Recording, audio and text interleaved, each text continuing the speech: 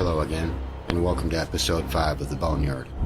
Today, August 5th, 2013, I will be touching on the topic of conspiracies versus conspiracy theories.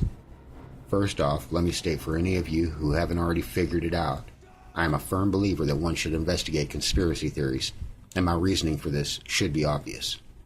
But we can thank our old friend the mainstream media for skewing the whole thing. In any case, the reasoning behind my belief that conspiracy theories should be investigated is as follows. If you don't look at the conspiracy theories, you will never find the true conspiracies.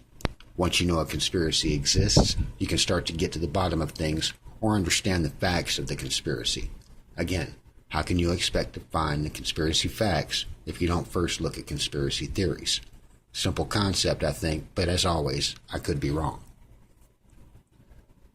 I would like to go ahead and put this talk right at ground zero of conspiracy theories, which of course would be the tragic events of Tuesday, September 11th, 2001.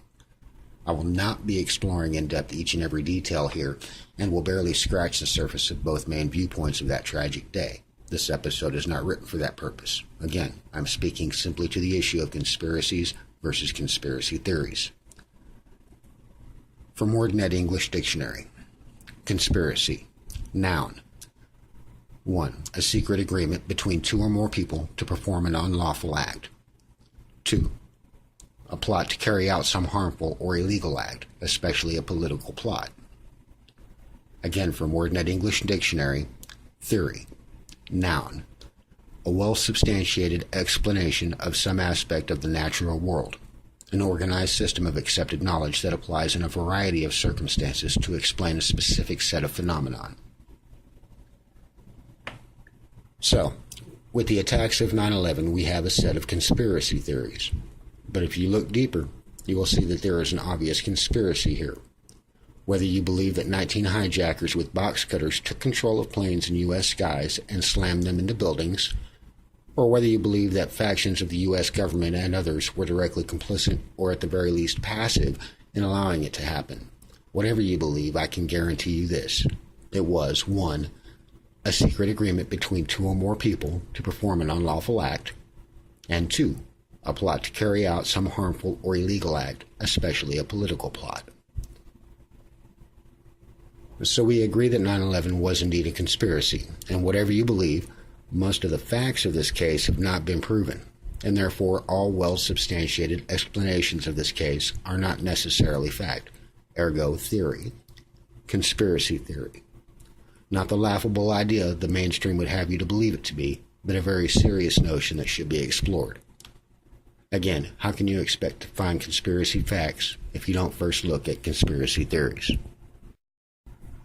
Now, let's move a bit further up the timeline, past the passing of the Patriot Act and all the other things since 9/11 that have been put into place to further restrict our liberties and freedoms.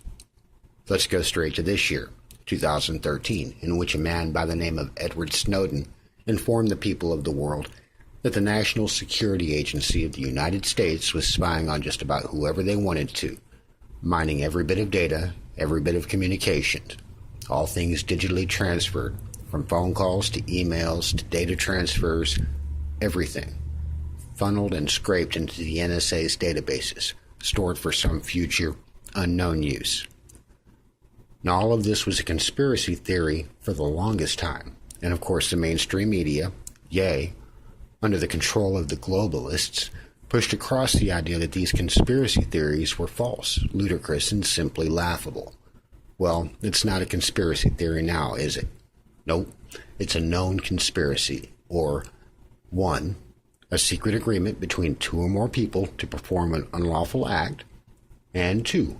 A plot to carry out some harmful or illegal act, especially a political plot. Again, this is a conspiracy that may have been known to the masses had the idea of conspiracy theories not been made a laughable and ludicrous concept by the mainstream media. The mainstream, or enabling media, pushes out that whatever they are forced to regurgitate is pure fact, and any other deviating views are delegated as nothing more than conspiracy theories, and, as always pointed out by the brainwashing tool of the globalists, should be considered laughable and ludicrous. We now possibly have a new conspiracy facing us. There are, of course, many theories as to what's really going on with the embassy closures in the Middle East, the worldwide travel warnings, and the tourist warnings to stay vigilant. The two theories that I am hearing are as follows. 1. The government did receive a credible threat of imminent attacks on Western interests. And 2. There is no true threat, and there is a false flag event being planned. For those of you who may still be asleep, shame on you, and may be asking what a false flag event is, it is an operation in which one party performs in such a way as to make it look as though another party has committed an act. For example, the Nazis burned down their own parliament, the Reichstag, in order to blame others, and then thrust Hitler into power where he proceeded in suspending liberties. Of course, when the mainstream media does happen to mention anything about false flags, which is a highly rare occurrence, they will scoff at the idea and discount them as nothing more than conspiracy theories. False flags, however, are again proven conspiracies and have been used by governments and other organizations from time immemorial because they are effective. They work. I will dive deeper into the topic of false flags in a future episode of the Boneyard.